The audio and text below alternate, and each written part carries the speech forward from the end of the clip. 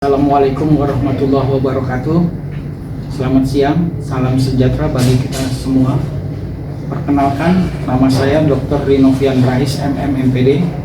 Saya merupakan dosen tetap program studi Magister Pendidikan IPS Fakultas Pascasarjana Universitas Indraprasta PGRI Jakarta dengan nomor induk dosen nasional 04 30 11 65 03. Pada kesempatan yang baik ini dalam rangka pemenuhan persyaratan untuk sertifikasi dosen tahun 2026 dalam unjuk kerja Tridharma Perguruan Tinggi atau PPUKT-PT dalam bidang pengajaran, saya akan memaparkan terkait pengajaran serta mata kuliah yang saya ampu, yaitu mata kuliah teori proses sosial budaya yang saya ampu. Mata kuliah teori proses sosial budaya ini merupakan mata kuliah wajib program studi Magister Pendidikan IPS dengan bobot 3 SKS. Kode mata kuliah adalah KK 73G 102.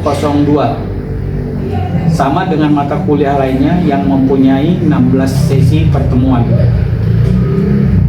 di mana setiap sesi pertama dan terakhir dengan pembelajaran tatap muka atau hybrid learning. Sedangkan sesi kedua hingga sesi ke-15 pembelajaran dengan media online atau Zoom class.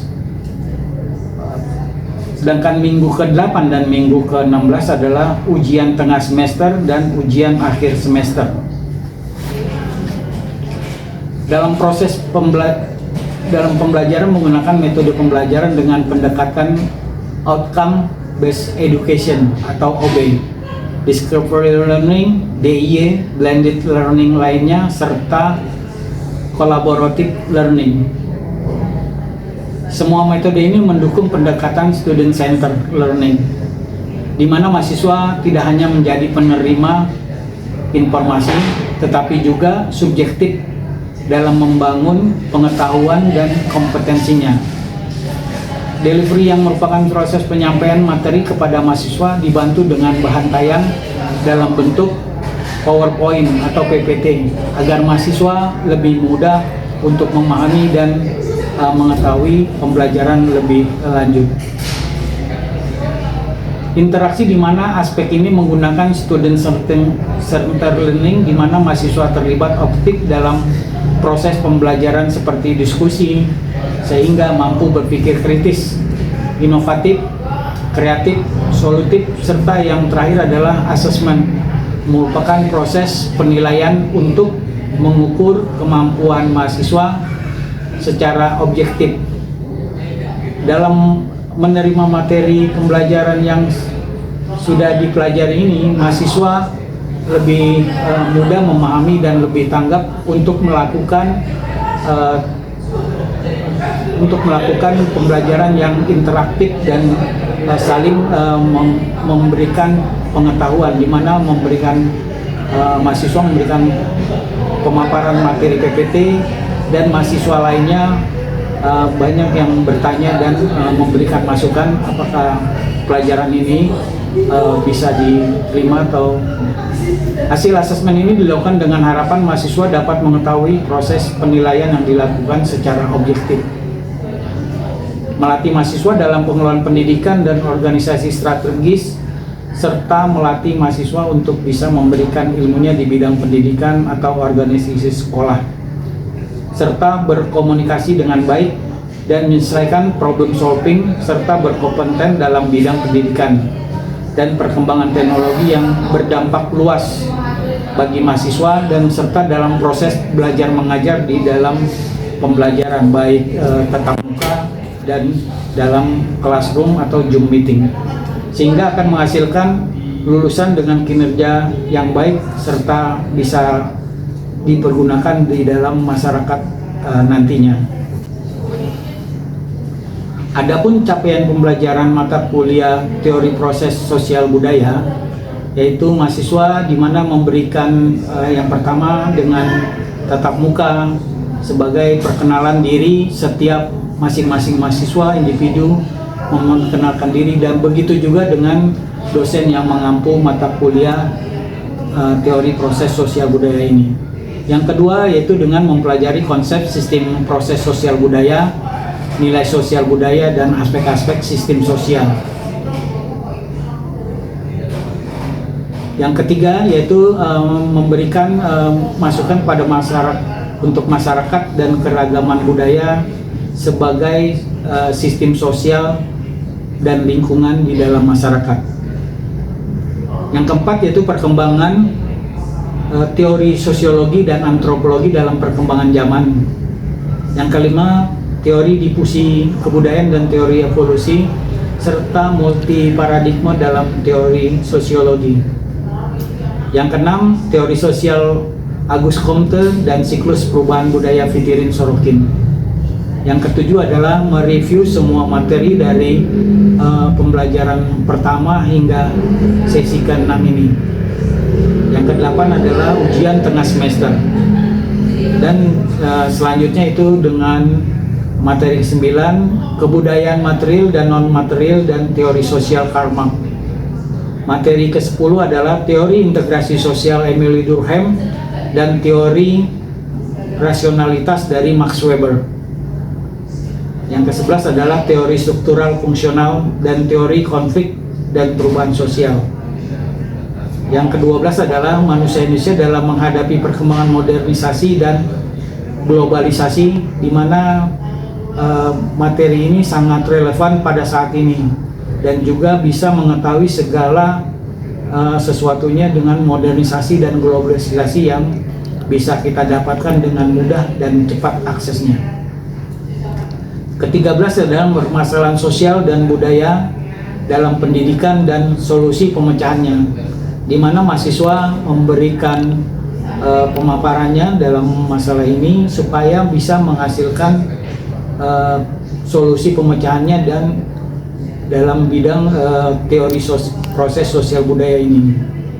Yang ke-14 adalah penerapan teori sosial dan budaya dalam kajian penelitian ilmu-ilmu sosial dan pendidikan sosial. Nah, sesi ke-15 ada review dari keseluruhan materi baik dari sesi pertama hingga sesi ke-14 ini, di mana sesuai dengan capaian pembelajaran, hasilnya ini akan bisa dapat dilihat nanti dengan pada akhir sesi ke-16, yaitu dengan adanya ujian akhir semester atau ujian pengendali mutu UPM.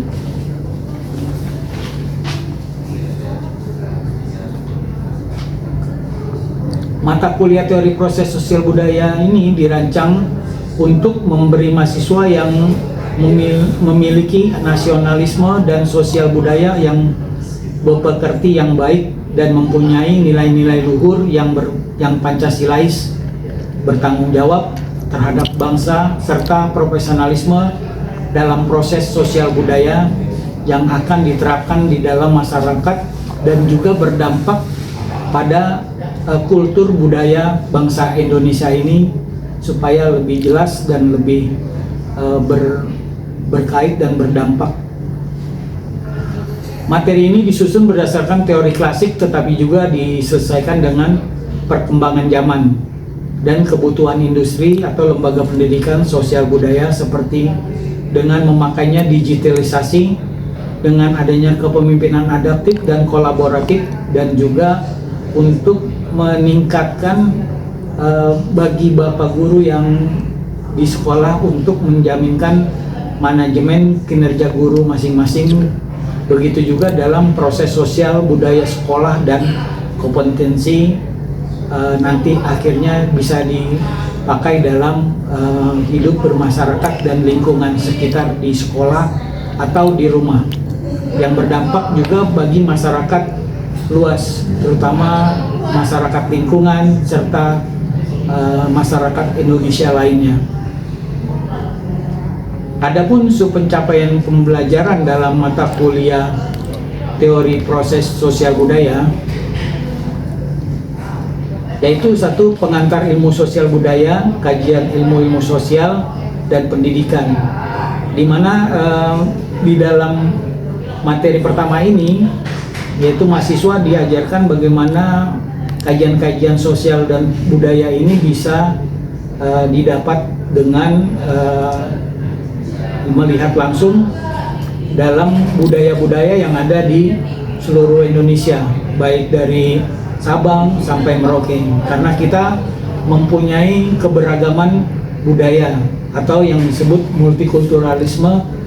Disitulah kita harus bisa dengan bijak menelaah mana kira-kira budaya yang kita tetap pertahankan, atau ada budaya-budaya yang tidak kita pertahankan yang sudah terinfiltrasi dengan budaya-budaya lainnya.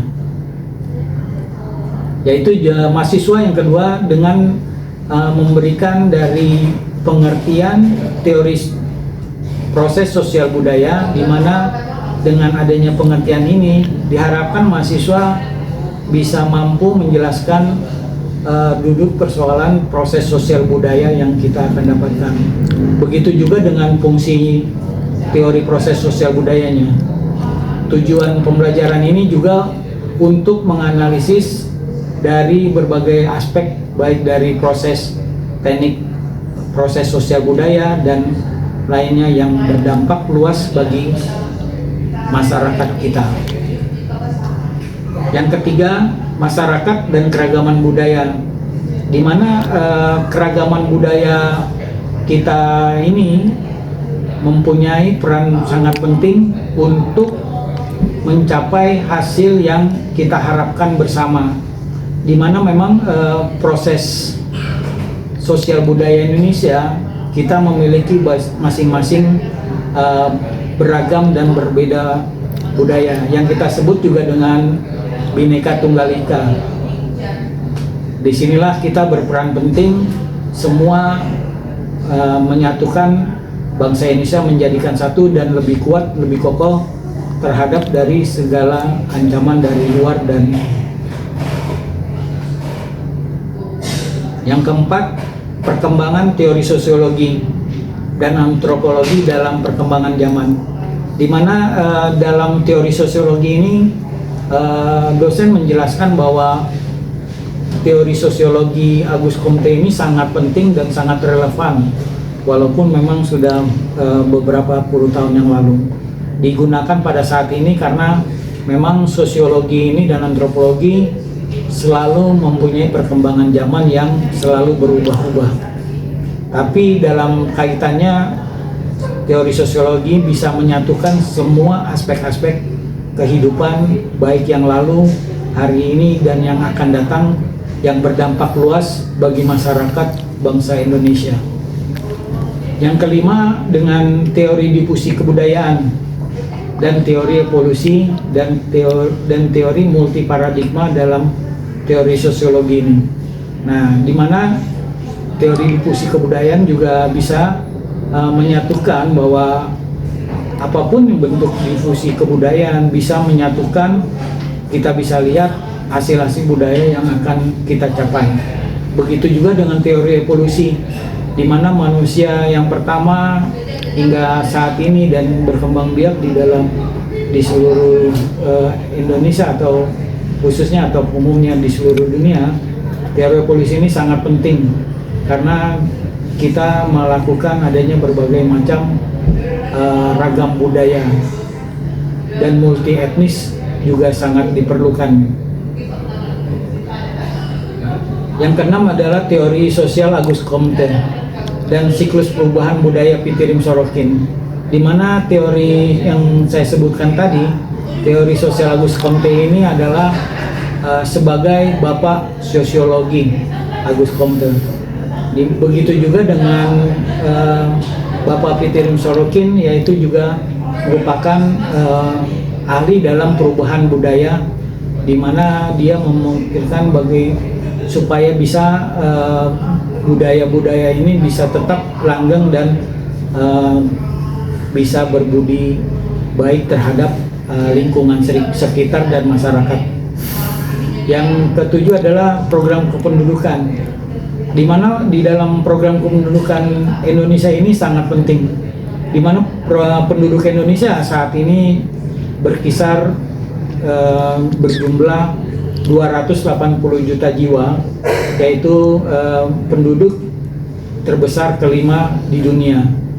Nah, makanya kita juga mengharapkan mahasiswa bisa menjadikan materi kependudukan ini sebagai teori proses sosial budaya, di mana dari 280 juta jiwa ini yang mendiami paling banyak adalah di Pulau Jawa, yaitu sekitar 150 juta, dan lebihnya 130 berada di luar Pulau Jawa.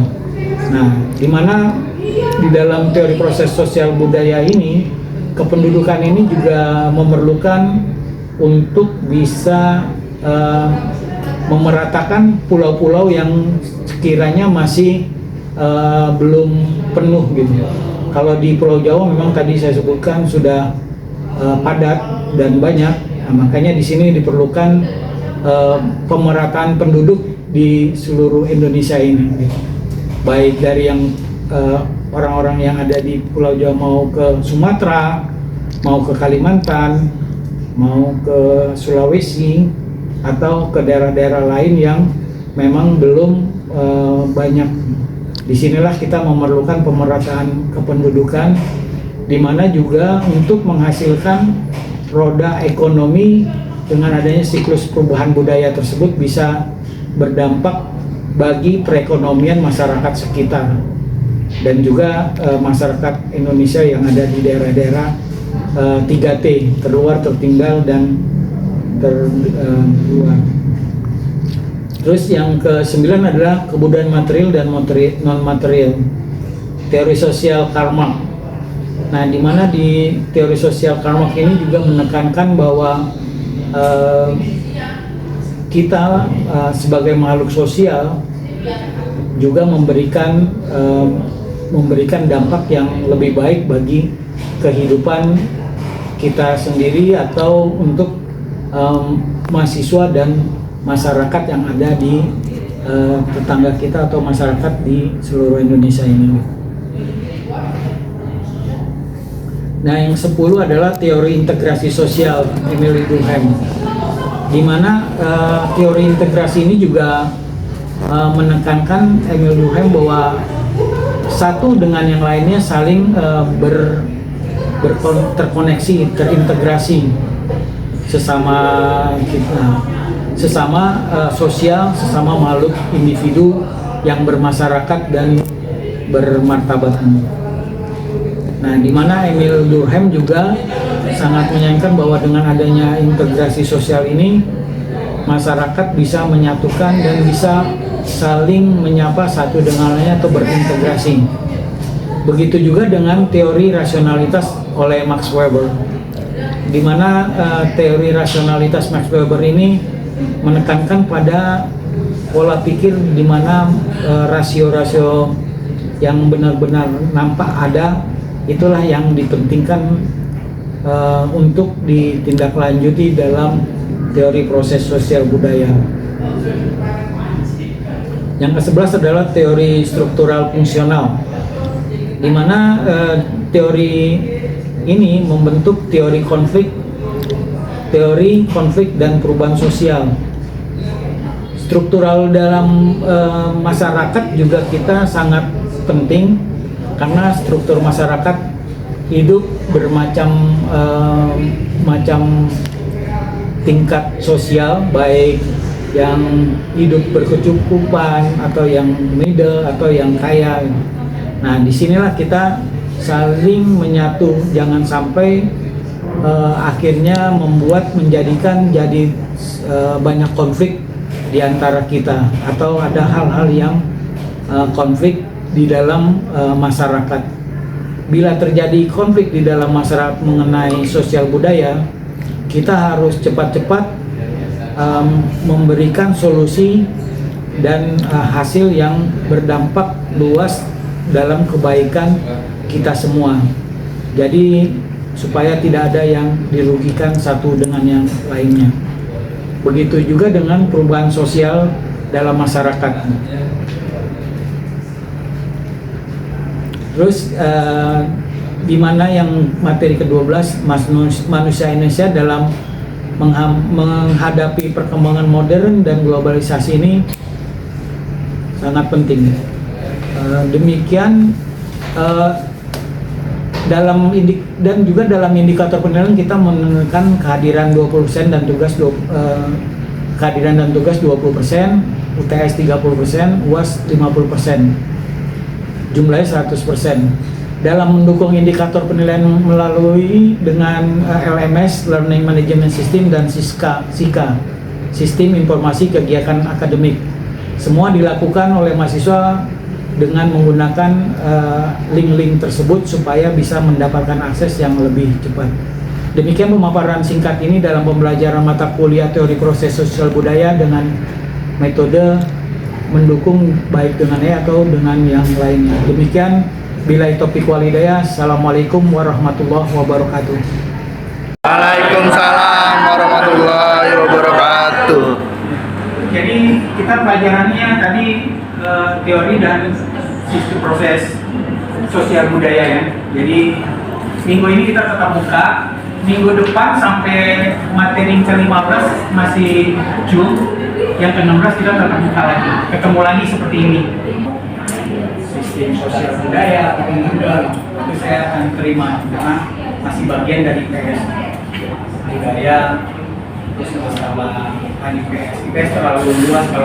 Kalau saya ini udah mencakup, udah khusus kayak gitu, udah di kuncinya gitu, dari budaya dan sistem budaya, jadi masih linear belum. Besok saya pendidikan lintas budaya, kalau sekarang sistem sosial budaya masih ada kaitannya. Saya besok juga ngajar di lintas budaya kelas yang lain, besok setengah 3 sampai jam 4 sampai 10 jam. Nah makanya nanti masalah itu nanti saya di grup ya, nanti kamu masukin nama-nama, kita bikin grup, terus kamu di grupnya itu namanya sesuai nama mata pelajaran kita. Jadi ya supaya nanti kita komunikasinya lebih enak dan lebih lancar. Nah itu nanti kamu bikin yang tadi sininya, kasih fokus, nanti fokus akan digabungkan aja jadi satu, jadi filenya buat aja satu ya, di scan satu semua jadi satu gitu. Oh ya. Jadi satu sampai ke bawah 24 orang, jadi ada 24 halaman lah. Nah kerjaan saya, nah ini masalah experience pengalaman kerja saya dulu dari pas marketing itu pernah jadi sales. Ya kan dulu susah juga nyari kerja susah. Jadi saya salesnya tau nggak? Saya sales kawat nyamuk yang buat di rumah yang ada ini. Susah nyari zaman itu. Tempat saya susah. Pernah di sales madu Nusantara. Sales madu Nusantara di tengah. Saya sales. Sales tadi di tempat kawat nyamuk, kasar nyamuk. Nah, terus tahun 2092 sampai ini saya di Pulau Riau, Pulau Sambu, perkebunan sawit. Itu kelapa sawit ya. Yang utamanya dia perusahaan kelapa sawit yang buat bikin minyak goreng. Terus kelapa sawit itu kalau kamu tahu produknya Karah tuh, jadi salah satunya Karah yang buat santan. Dari situ ada kelapanya ini buat santan Karah, saya Karah.